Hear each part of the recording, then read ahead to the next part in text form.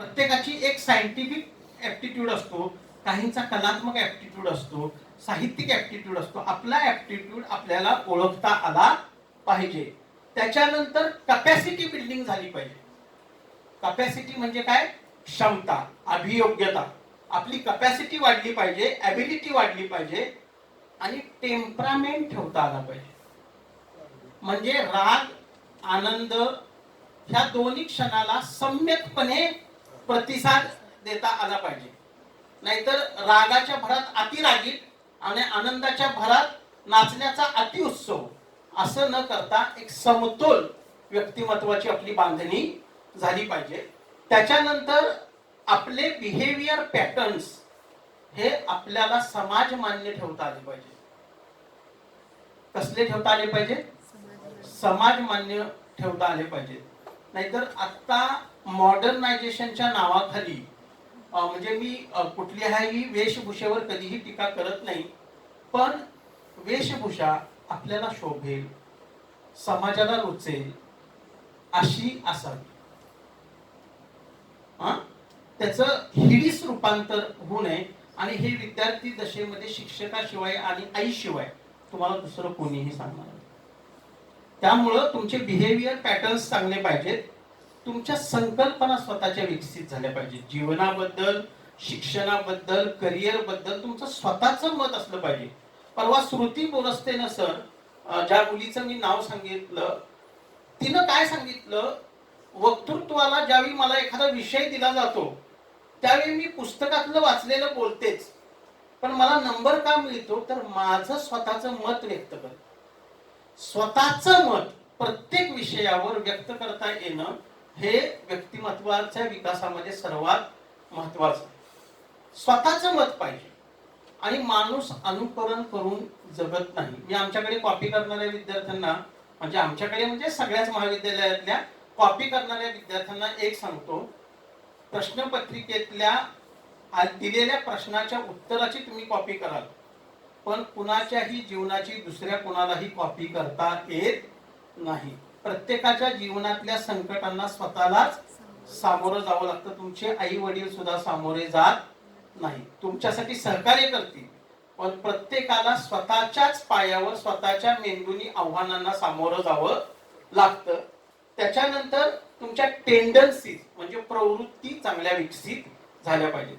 एवढं म्हणजे व्यक्तिमत्व आहे. तुझं नाव काय? मग तुझं नाव काय? वैष्णवी.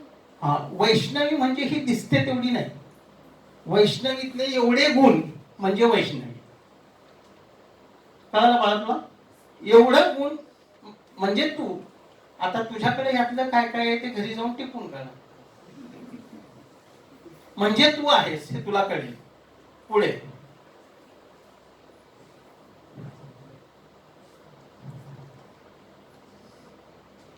घ्या सर पटपट. हा, aspect of personality. He personality तुमची कुठं कुठं कामाला येते? प्रोफेशनल पर्सनॅलिटी असते. मी एक प्राध्यापक आहे, माझी प्रोफेशनल पर्सनॅलिटी वेगळी आहे आणि माझी फॅमिली मधली पर्सनॅलिटी वेगळी आहे. तुमच्या समोर शिक्षक म्हणून वेगळा आहे. या हॉलच्या बाहेर गेल्यानंतर शिक्षक आणि विद्यार्थी मित्र असतात, त्यावेळी चहा पितानाची माझी पर्सनॅलिटी वेगळी आहे. पर्सनॅलिटीचे ऍस्पेक्ट किती असतात? प्रोफेशनल असतात, फिजिकल असतात, माझा काही तितकासा चांगला नाहीये, फिजिकल असतात, मेंटल ऍस्पेक्ट असतो, सायकोलॉजिकल ऍस्पेक्ट असतो आणि स्पिरिच्युअल ऍस्पेक्ट असतो. प्रत्येकाचा आध्यात्मिक ऍस्पेक्ट असतो पर्सनॅलिटीला. इव्हन नास्तिक माणसाचं सुद्धा अध्यात्म वेगळं असतं. म्हणजे आस्तिकांचं अध्यात्म वेगळंच असतं, पण नास्तिकाला सुद्धा अध्यात्म असतं, ते त्याच्या मानसिक पातळीवरच असतं. आता मी काय म्हणालो, नास्तिक म्हणजे काय, नास्तिकाचं अध्यात्म म्हणजे काय, हे तुम्हाला युट्यूबवर सर्च करून मिळेल. ठीक आहे, पुढे. आता ह्या पर्सनॅलिटीची डेव्हलपमेंट म्हणजे काय तर identifying and understanding one self. Self awareness, स्वतःच्या विषयीची जाणीव आपल्याला आहे का? स्वतःला आपण पूर्णतः ओळखतो का? दोन प्रकारच्या पर्सनॅलिटीज असतात सर. दुसऱ्यांनी तुम्हाला सांगितलेली तुमची पर्सनॅलिटी आणि तुम्हाला झालेली तुमची स्वतःची ओळख. दुसऱ्यांनी सांगितलेली पर्सनॅलिटी खरी असतेच असं नाही. त्याला सेल्फ कॉन्सेप्ट म्हणतात, ती दुसऱ्यांनी करून दिलेली असते. तू सुंदर आहेस, तू सुंदर आहेस, तुझा हस्ताक्षर सुंदर आहे, ह्याचा अनालिसिस ज्यावेळी आपण स्वतः करतो त्यावेळी सेल्फ अवेअरनेस तयार होतो. स्वची जाणीव म्हणतात त्याला. काय म्हणतात? स्वची जाणीव, स्वतःच्या विषयीची जागृती. आणि त्याच्यानंतर काय येतं? सकारात्मक दृष्टिकोन तुमचा विकसित झाला पाहिजे. आता सकारात्मक दृष्टिकोनाच्या दृष्टीनं मी तुम्हाला इथे एक छोटीशी कथा सांगतो. सकारात्मक दृष्टिकोन म्हणजे काय? एका ठिकाणी जागतिक पातळीवरची एक स्पर्धा होती चित्र काढण्याची. आणि त्या चित्र काढण्याच्या स्पर्धेमध्ये विषय असा दिला होता, शांतता चित्र काढा. कशाचं चित्र काढा? शांतता चित्र काढा. मग 100 जगभरातून 100 चित्रांची निवड केली गेली आणि त्यांचं एक्झिबिशन लावलं एका देशामधल्या संग्रहालयामध्ये. आणि परीक्षक बोलवले, परीक्षकांनी परीक्षण केलं. सर्व तिथं आलेल्या निमंत्रितांनी ती चित्र सगळी बघितली. हजारोंचा मॉब होता. आणि तिथं उत्तेजनार्थ दुसरा तिसरा असा नंबर नव्हता.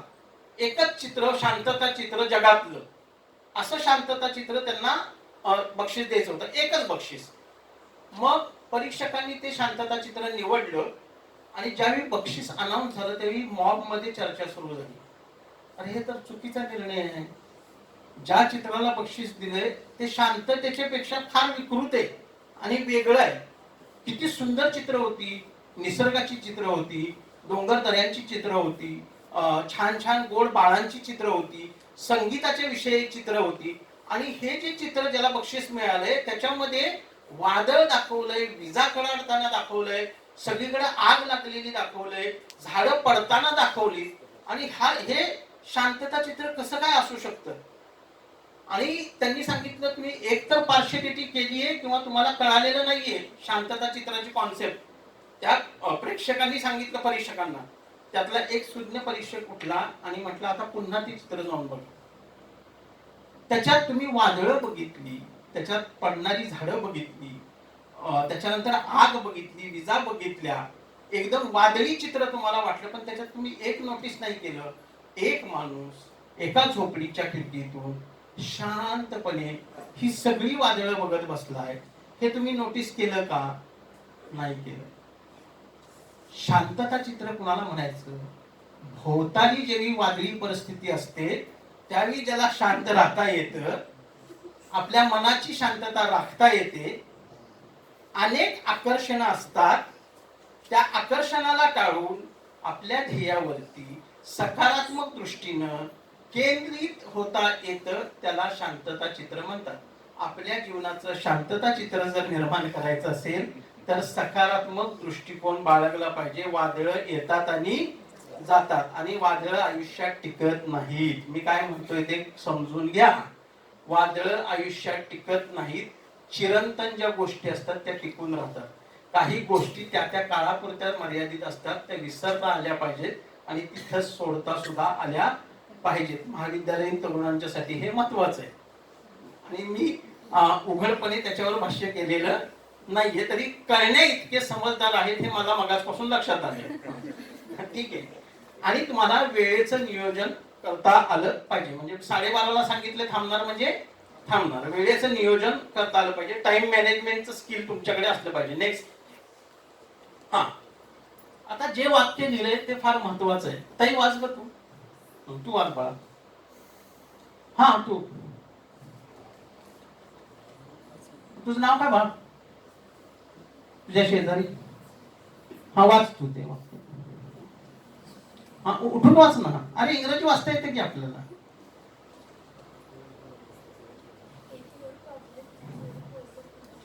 Take your problems as your projects. तुमच्या आयुष्यातल्या समस्या तुमचे प्रकल्प म्हणून हाती घ्या, तरच तुम्ही यशाच्या दृष्टीनं मार्गक्रमण कराल. तुमचे जे काही प्रॉब्लेम्स आहेत ते प्रॉब्लेम्स मधून पळवाट काढणे त्याच्यापासून पळून जाणे हा त्याच्यावरचं उत्तर नाहीये. तुमचे प्रॉब्लेम्स जे आहेत आयुष्यातले ते प्रकल्प म्हणून ज्यावेळी तुम्ही हाती घ्याल, प्रोजेक्ट म्हणून हाती घ्याल, त्याच्यावर रिसर्च कराल, त्यावेळी त्याचं निराकरण आपोआप होऊन जाईल. म्हणून take your problems as your projects. हे तुम्हाला काय कळेल, it will give you strength. काय देईल तुम्हाला? ती क्षमता देईल आव्हानावर मात करण्याची. विवेकानंदांच्या जीवनातलं फार सुंदर उदाहरण आहे. बनारसमध्ये विवेकानंद असताना एका मंदिराच्या जवळ गेले आणि त्या मंदिराच्या समोरची जी माकडं होती ना, ती विवेकानंदांच्या मागं लागली आणि विवेकानंद पहिल्यांदा त्या माकडांना चुकवण्यासाठी गतीनं पळायला लागले, गतीनं चालायला लागले, तरी ती माकडं त्यांच्या मागे यायला लागली. म्हणून ते थोडं पळायला लागले तरी माकडं मागे यायला लागली. एक सज्जन तिथे उभे होते, त्यांनी नरेंद्रनाथांना सांगितलं, विवेकानंदांना, पळू नकोस, उलटा हो आणि माकडांना फेस कर, माकडांना फेस कर. विवेकानंद वळले आणि माकडांच्याच वर ओरडले जोरात. ती सर्व माकडं पळून गेली. आपल्या आयुष्याचं असंच असतं. संकट मागं लागली ना, आपण त्यांच्यापासून पळायला सुरुवात करतो. उलट उभं राहायचं आणि त्या संकटांच्यावर ओरडायचं. उलट उभं राहायचं आणि संकटांच्यावर ओरडायचं. संकट आपोआप आपल्या वाटेतून दूर होऊन रस्ता संकट करून देतात आपल्याला. एक वाक्य फार सुंदर आहे वि. स. खांडेकरांच्या अमृतवेल कादंबरीमध्ये. भग्न स्वप्नांच्या तुकड्यांना कवटाळून बसण्यासाठी मनुष्य प्राणी जन्माला येत नाही. भूतकाळी आठवणींच्या साखळदंडांनी मानवी मनाला करकचून बांधून ठेवता येत नाही, कारण त्याला भविष्याच्या गरुड पंखांचं वरदान लाभलेलं आहे. एखादं स्वप्न पाहणं, ते फुलवणं, ते सत्यसृष्टीत उतरावं म्हणून धडपडणं, त्या धडपडीतला आनंद लुटणं आणि दुर्दैवानं तेच स्वप्न भंग पावलं तर त्या भंगलेल्या स्वप्नाच्या तुकड्यांवरून रक्ताळलेल्या पायांनी दुसऱ्या स्वप्नामागं धावणं हा मनुष्याच्या जीवनाचा धर्म आहे. मनुष्याच्या जीवनाला जो अर्थ प्राप्त होतो तो केवळ यामुळेच. अनेक स्वप्न भंग पावतील पण त्याच्या तुकड्यांना नाही कवटाळून बसायचं, ती सोडायची आणि दुसऱ्या स्वप्नामागं धावायचं, तरच जीवनाला अर्थ प्राप्त येतो, क्षमता देतो. नेक्स्ट, हा, what lies behind us, what lies behind us, what lies before us are tiny matters. जे तुमचा भूतकाळ आहे आणि जे तुमच्या समोर वाढून ठेवलंय ह्या फार छोट्या गोष्टी. भूतकाळामधले कटू प्रसंग विसरून जायचे, हे फार छोट्या गोष्टी आहेत. आणि तुमच्या समोरच्या चिंता ह्या सुद्धा फार छोट्या गोष्टी आहेत. काय मॅटर करतं माहिती आहे? व्हॉट लाईज विदिन अस. आपल्या अंगात काय आहे, आपल्या अंतःकरणात काय आहे. मग मागची संकट असतील किंवा भविष्यात येणाऱ्या चिंता असतील, त्याला उत्तर एक असतात, तुम्ही काय आहात, तुमच्या आत किती रुजलेत, संकटावर मात करण्याची तुमची किती ताकद आहे, ही तुम्हाला सक्षम बनवत असते. आणि मला असं वाटतं की आजचं लाईफ स्किल्सचं जे व्याख्यान आहे ना, कदाचित तुमच्यातल्या एकाच्या सुद्धा जीवनाला जर त्या लाईफ स्किलनं कलाटणी दिली तर वनपट्टे सरांनी मला इथं बोलवल्याचा मला पोच पावती मिळेल असं मला वाटतं. म्हणून तुमच्या आत तुम्ही निर्माण करा, स्वतःला निर्माण करा. आणि त्याच्यासाठी अवांतर वाचन, चांगल्या माणसांचा संपर्क. माणसाला दोनच गोष्टी घडवतात, भेटलेली माणसं, वाचलेली पुस्तक. आयुष्यात चांगल्या माणसांना भेटायची संधी सोडू नका. एखादं वाक्य, एखादा विचार, माणसाची एखादी समोरच्या माणसाची शैली तुमचं पूर्ण जीवन बदलून टाकण्याची क्षमता असते. माझं जीवन बदलून टाकण्यामध्ये माझे आदरणीय प्राध्यापक डॉक्टर B.N. पाटील सर, पाटणच्या बाळासाहेब देसाई कॉलेज, यांची वाक्य माझ्या आयुष्याला सर कलाटणी देऊन गेली. अनेक अपमानाचे, अनेक गुणवत्ता खाली घसरल्याचे प्रसंग माझ्यावर पण आले, पण सरांनी मला एकच वाक्य सांगितलं होतं. B.N. पाटील सरांनी मला एकच वाक्य सांगितलं होतं, जमीर, तू छोट्या मोठ्या लढाया हरशील हे मला माहित आहे. जमीर, तू छोट्या मोठ्या लढाया हरशील हे मला माहित आहे, पण युद्ध जिंकशील याची मला खात्री आहे. सर, ह्या वाक्याला फार मोठं वेटेज माझ्या आयुष्यात आहे. छोट्या मोठ्या लढाईचे प्रसंग आयुष्यात येतात, त्याच्यामध्ये अनेक वेळा आपण हरू, पण युद्ध जिंकण्याची क्षमता निर्माण झाली पाहिजे. आणि माझ्या शिक्षकानं मला सांगितलेलं वाक्य होतं, तू छोट्या मोठ्या लढाया हरशील पण युद्ध जिंकशील याची खात्री आहे. आणि आजही ते जिथं जिथं जातात तिथं सांगतात, आयुष्यात घडवलेला एकच विद्यार्थी माझ्यासाठी पुरेसा आहे, जमीर मुली. कारण तो युद्ध जिंकलेला माणूस आहे. माझी स्तुती मी नाही करत आहे, माझे सर करतात. ही संधी तुमच्या सरांना उपलब्ध करून द्या. ती सरांना ज्यावेळी उपलब्ध करून द्याल त्यावेळी शिक्षण प्रक्रियेला पूर्णत्व प्राप्त होईल. नेक्स्ट. हा, आता ठीक आहे. Your life is full of situations and situations. तुमच्या जीवनामध्ये एक संपला की दुसरा प्रसंग, दुसरा संपला की तिसरा प्रसंग, असे प्रसंगानुरूप प्रसंग येतच राहणार आहे. काय आहे आपलं जीवन? काय आहे? फुल ऑफ प्रसंग आहे, फुल ऑफ सिच्युएशन्स आहे. आणि सिच्युएशन कशा आहेत? That you cannot manage. तुम्हाला त्याच्यावर नियंत्रण नाहीये.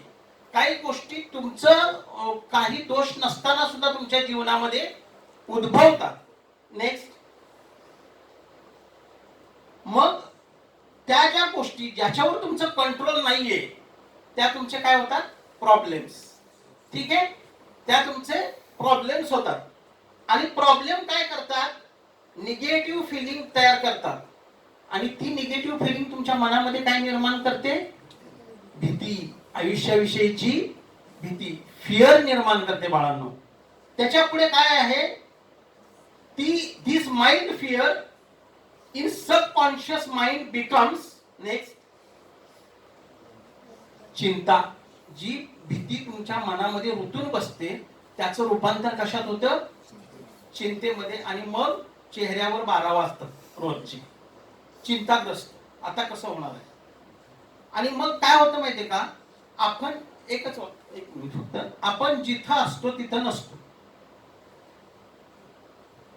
मी काय वाक्य उच्चारलं? मला माहित आहे आता तुम्ही जिथं आहात तिथं तुम्ही नाही. काही जण टू व्हीलर वरून स्कार्फ बांधून कुठेतरी फिरण्याच्या मूडवर असतील, काही सांगता येत नाही. काहींच्या समोर प्रश्न असा असेल की आज म्हणजे मला इथनं उठून माझ्या नोकरीवर जायचंय, कामाला असतील काही मुलं मुली, माझ्या कॉलेजवर असतात म्हणून सांगतो, तिथं मला मालकाला फेस करायचंय. मग हे सर सांगतायत ते कधी संपवतायत, असंही तुमच्या डोक्यात असेल. हे सगळं मानसशास्त्र आहे. आणि हे जे सांगतोय ना, ती फिअर तुमच्या मनामध्ये काय निर्माण करते? चिंता. पुढे मग वरी बिल्ड्स अप प्रेशर. आपल्या डोक्यावर काय सतत मेंदूमध्ये झिंझिण्या, प्रेशर, सतत आपण प्रेशर खाली वावरत असतो. आणि मगाशी म्हणूनच मी वनपट्टे सरांना आणि राजमाने सरांनी सुद्धा तेच सांगितलं की वनपट्टे सर एवढ्या ऍक्टिव्हिटीज करतात, तेवढ्या ऍक्टिव्हिटी मी केल्या तर मानसशास्त्राचा अभ्यासक असून सुद्धा मला प्रेशर येईल सर. पण त्यांचं असतं बघा ते. म्हणजे आपला स्वभाव तयार करायला लागतो. फिअर घालवावी, वरी, चिंता सोडावी. पुढे वरीचं काय रूपांतर होतं? स्ट्रेस, तणावामध्ये जातो आपण. पुढे स्ट्रेसचा कशावर इफेक्ट होतो?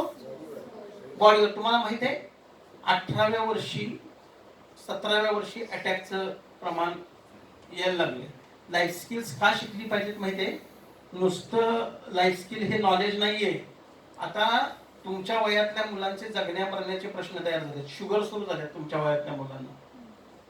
बीपी आहे, म्हणजे मला 48 मध्ये सुरू झाला, तो आता 18व्या मध्ये होतोय. परवा माझ्याच घरातलं उदाहरण सांगतो. माझ्या मुलाला झाली होती ऍसिडिटी, पण तो म्हणाला 12वीत आहे कॉमर्सला, आणि तो मला सकाळी सकाळी पेपर होता त्याचा बिझनेस स्टडीजचा. मला म्हणाला मला मध्येच दुखायला लागले.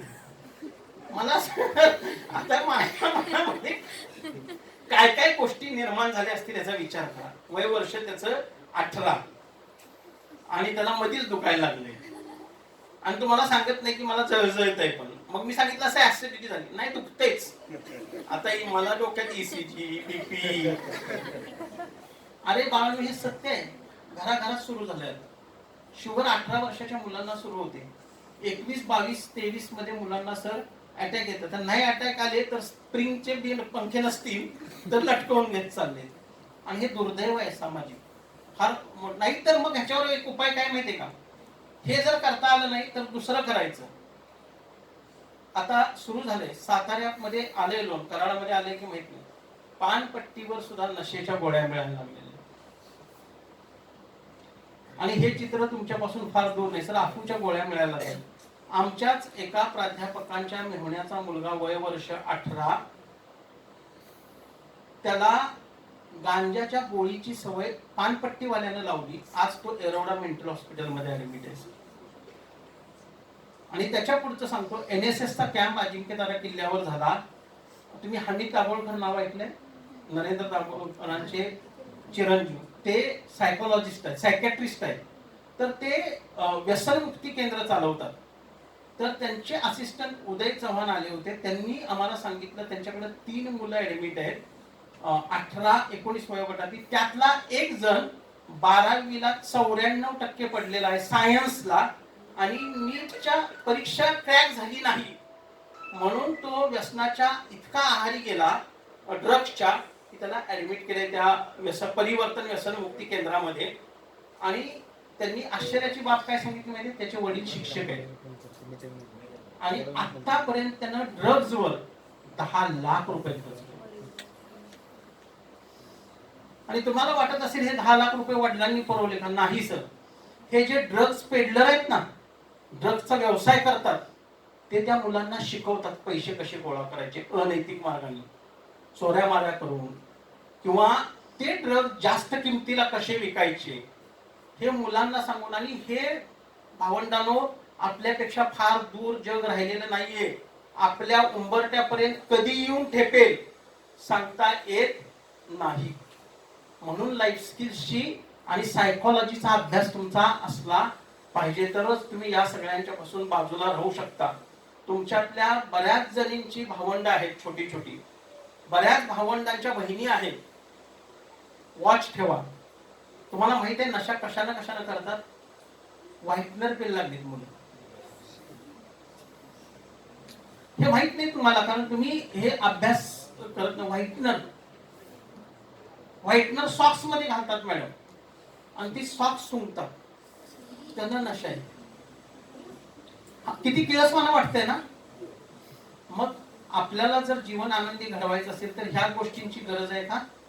अतिशय गलिच्छ विकृत गोष्टी आहेत, आणि व्यसनाधीनता वाढत चालली आहे. आणि ह्याच्यापेक्षा डेंजर व्यसनाधीनता तुमच्या खिशात आहे, माझ्या तुमच्या सर्वांच्या खिशात आहे, सगळ्यात डेंजर. आणि त्याची सुद्धा व्यसनमुक्ती केंद्र सुरू झाली, मोबाईलची व्यसनमुक्ती केंद्र सुरू झाली.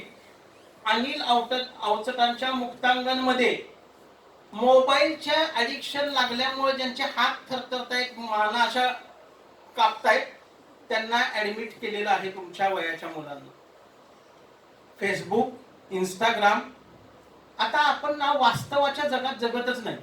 एखादा किल्ला बघायला गेलो ना, किल्ला बघतच नाही, त्याच्या दरवाज्यात फोटो कधी काढते, आणि कधी तो एकदा फेसबुकवर आणि युट्यूबवर. आता मला सुद्धा लागले ना, इथल्या भित्तीपत्रिका आपल्याच फोटो कधी एकदाशी मी स्टेटसला लावते. नाही, सत्य आहे ते बोलायला हरकत नाही. आपण वास्तविक जगात राहायचं सोडून दिलं, आपण आभासी जगात जगतोय बाळांनो. हे खोटं जग आहे, हे जग खोटं आहे. तुमचा फोटो बघून तुमची अस्वस्थता कशी असते सांगू. समजा तुम्ही एक फोटो स्टेटसला लावलाय, किंवा एक फोटो तुमचा फेसबुकला अपलोड केलाय, लाईक मिळाले 12, 13, 18, मग कुणी कॉमेंट केली आहे का? रात्रभर झोप लागत नाही, सारखं घेऊन फेसबुक ओपन करून कुणी कॉमेंट दिली आहे का, माझं काही कौतुक केलंय का कुणी. सर ह्या सवयी मोठ्यापासून आता छोट्यांपर्यंत. तुम्हाला माहिती आहे, तुम्ही एक स्टेटस लावला ना, तुम्ही सारखं स्क्रोल करता, कोणी बघितलंय, आणि तुम्हाला हवे असलेल्या व्यक्तीनं बघितलंय का नाही. खोटं बोलतो राजा मी? आणि खरंच बोलायला आलोय मी. ठीक आहे, पुढे. आणि हे सगळं बघा निगेटिव्ह शब्द आहेत. प्रॉब्लेम्स, फिअर, वरी, स्ट्रेस, स्ट्रेन, टेन्शन, हे सगळं आपल्याकडे जीवनाची कौशल्य नसल्यामुळं होतं. म्हणून जीवन कशासारखं जगलं पाहिजे? कौशल्यानं जगलं पाहिजे. पुढे मग त्याच्यासाठी काय केलं पाहिजे? Concentrate on your strength. तुम्ही स्ट्रेंथ वर तुमच्या फोकस करा. Recognise your weakness. तुमच्यातल्या कुठल्या उणिवा आहेत त्या तुम्ही समजून घ्या. त्याच्यानंतर तुमच्या संधींचं मूल्यमापन करा, अपॉर्च्युनिटीचं मूल्यमापन करा आणि तुमच्या समोरची चॅलेंजेस कुठली आहेत त्याच्यावर रिसर्च करा. तर तुम्ही सक्षम आयुष्य जगू शकाल. कोणतीही डिग्री घेतली. प्राचार्य शिवाजीराव भोसलेंचं एक वाक्य फार महत्वाचं आहे. डिग्र्या हे बाहेरून शरीराला चिटकवलेले पंख आहेत. शरीर त्याला आतून उडण्याची क्षमता प्रदान करत नाही. काय सांगितलं वाक्य मी? डिग्र्या ह्या बाहेरून चिटकवलेले कागदाचे पंख आहेत. आतून उडण्याची क्षमता त्याच्यात डेव्हलप झालेली नाही. डिग्री तुम्हाला नोकरी मिळवून देईल, लग्न लावून देईल, पण लग्न लावल्यानंतर संसार कसा करायचा ते आपणच यायला लागतं. नोकरीच्या ठिकाणी टिकून कसं राहायचं? वनपट्टे सरांनी एकीकडे बोलवलंय, कॉलेजमध्ये नॅकचं काम एकीकडे चालू आहे. प्राचार्य मला रजा देणार नाही. रजा कशी मिळवायची ह्याच्यासाठी लाईफ स्किल लागते. ह्याच्यासाठी लाईफ स्किल लागतं. त्याच्यासाठी प्राचार्यांशी संबंध चांगले ठेवावे लागतात. ते ठेवण्यासाठी रिलेशनशिप बिल्डिंगचं लाईफ स्किल काय आहे ते माहित असावं लागतं. त्याचा अभ्यास असावा लागतो. तरच डीएल मिळून मी तुमच्या समोर येऊ शकतो. लक्षात आलं? ठीक आहे, पुढे. हे आता ही मी रिसर्च करताना जवळजवळ 60 लाईफ स्किल्स तयार केली. लाईफ स्किल तयार केली म्हणजे लाईफ स्किल जगामध्ये अनेक आहेत. म्हणजे प्रत्येक प्रसंगामध्ये लागणारं लाईफ स्किल वेगळं आहे. पण मी 60 शोधली आणि प्रत्येक शाळेमध्ये जवळजवळ 50 शाळांच्या मध्ये जाऊन समुपदेशनाचे तुमच्यासारखे कार्यक्रम घेतले आणि त्या विद्यार्थ्यांना सांगितलं समजावून. हा फोटो सर जवळजवळ 2015चा असेल. 2015 मध्ये त्याच्यात वेगळ्या टी शर्ट वर इकडे वेगळं, म्हणजे शाळा वेगळ्या ते कळत असेल तुम्हाला. आणि आजही मी तेच करतोय. म्हणजे माझा रिसर्च संपला तरी मी अजून माझी पीएचडी चालूच आहे, त्याचं उपयोजन चालू आहे. तर काय आहे माहिती का, लाईफ स्किल ही लर्न करता येतात, शिकता येतात, त्याचा यूज करता येतो आणि आपल्यामध्ये इम्प्रूव्हमेंट करता येते. शेवटच्या वाक्यामध्ये ते आहे.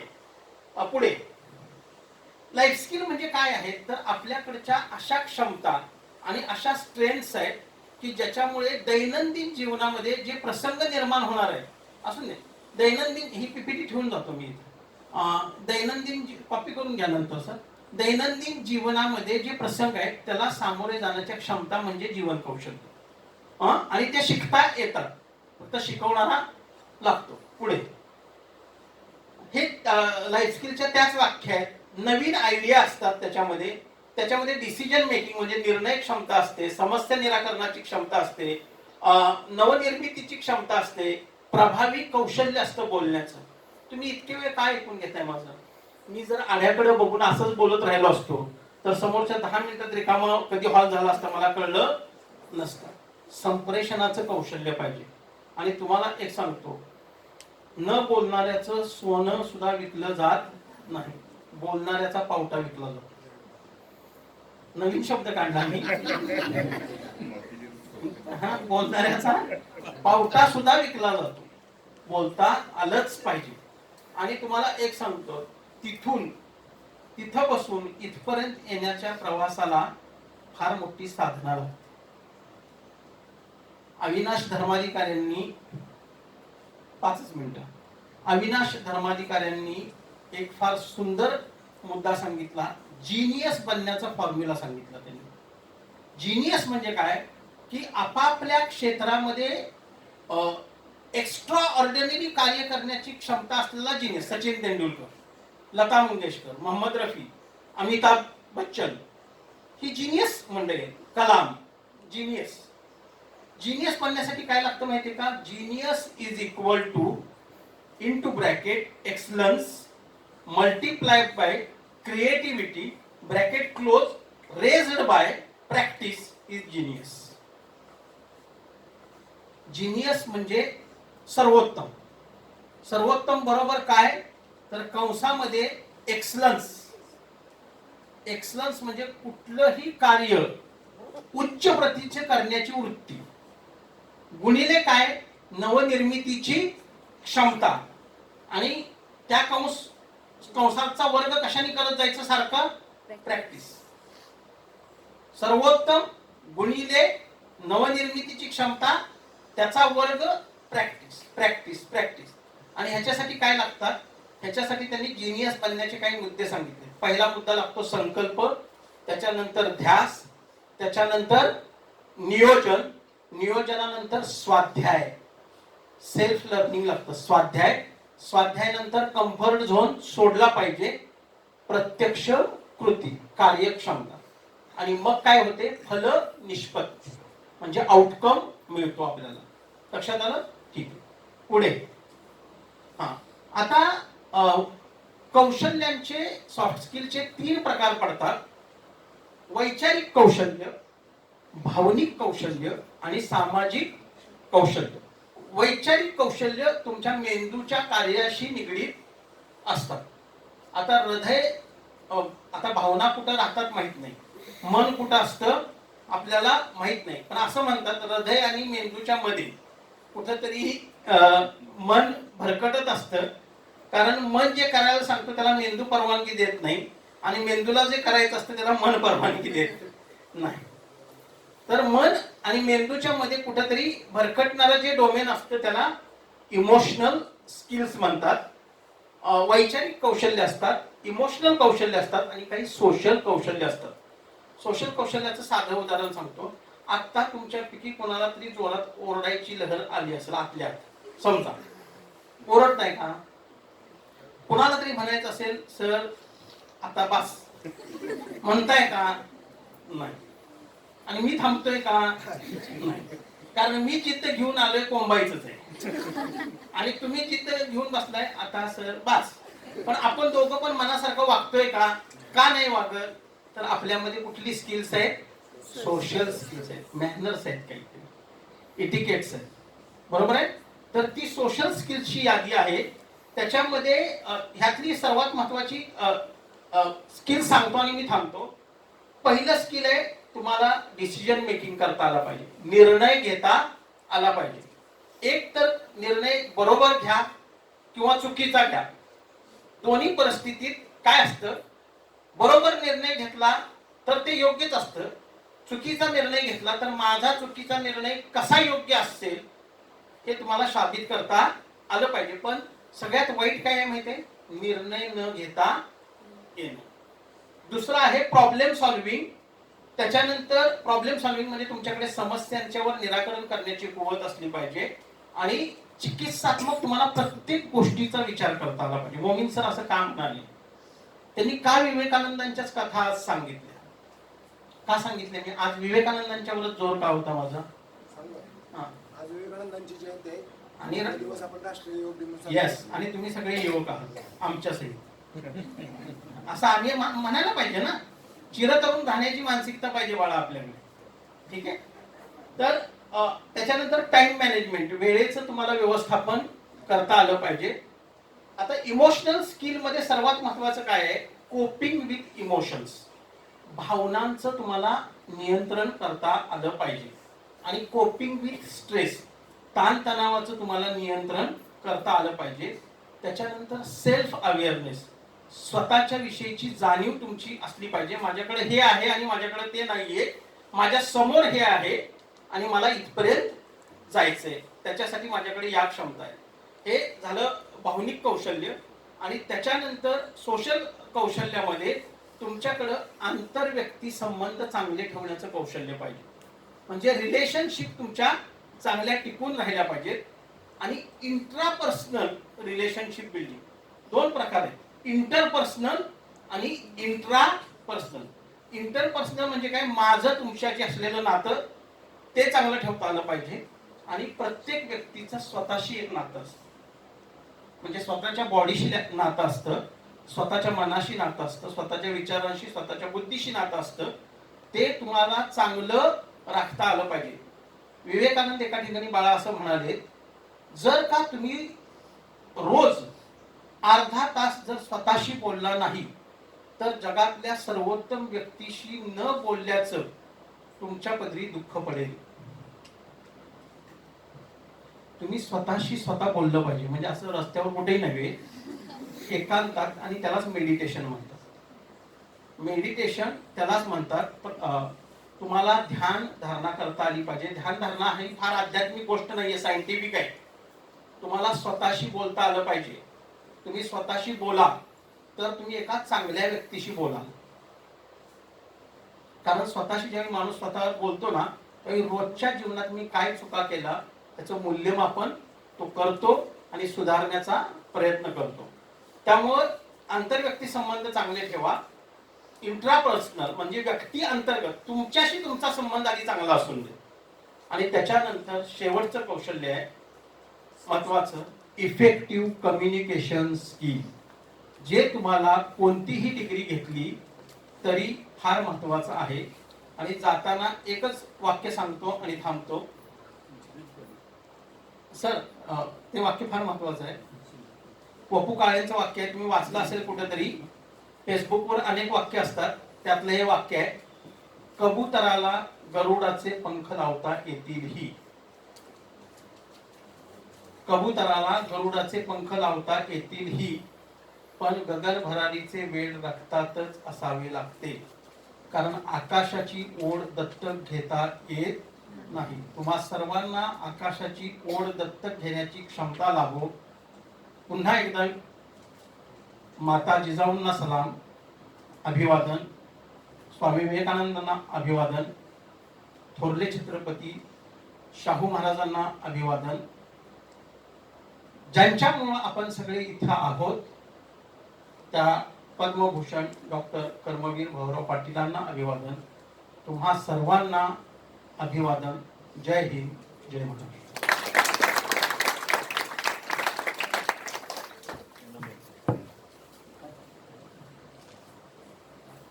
शांत बसली.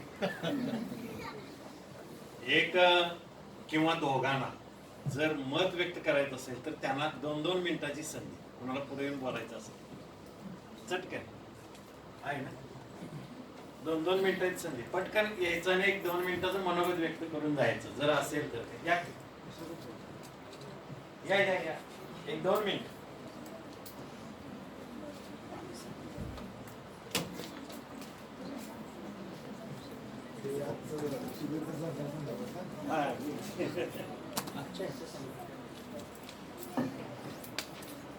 अगदी 2 मिनिटं, लय वेळ घेऊ नका.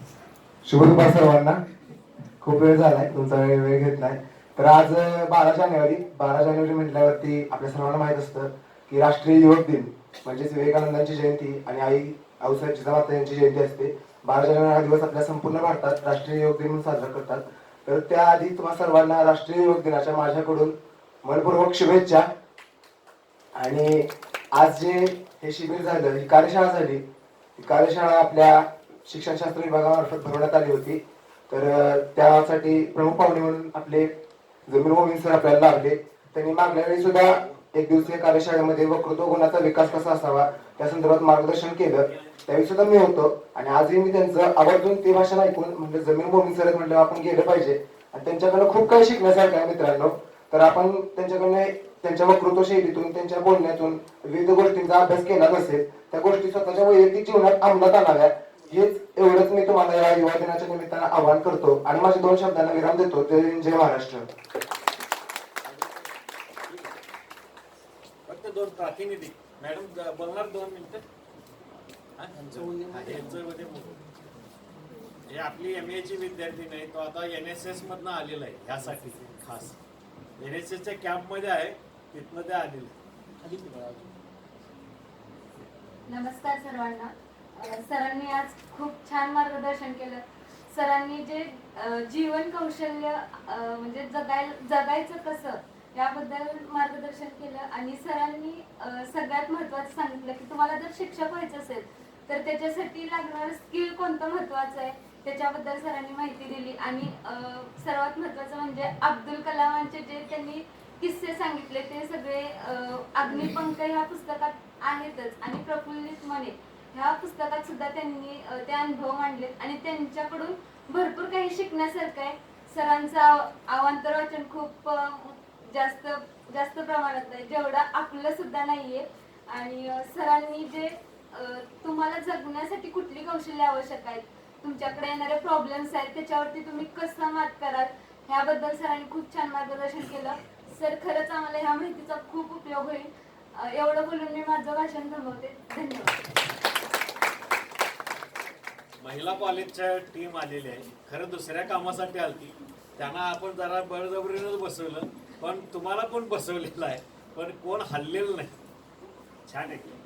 आदरणीय व्यासपीठासमोर प्राध्यापक आणि विद्यार्थी मित्र हो, आज आपल्या येथे आम्ही हिंदी विभागातर्फे भित्तिपत्रक प्रकाशनासाठी आलो होतो.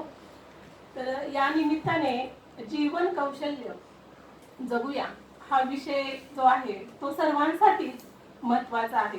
तो अमुक एक विषयासाठी महत्त्वाचा आहे असं काही नाही.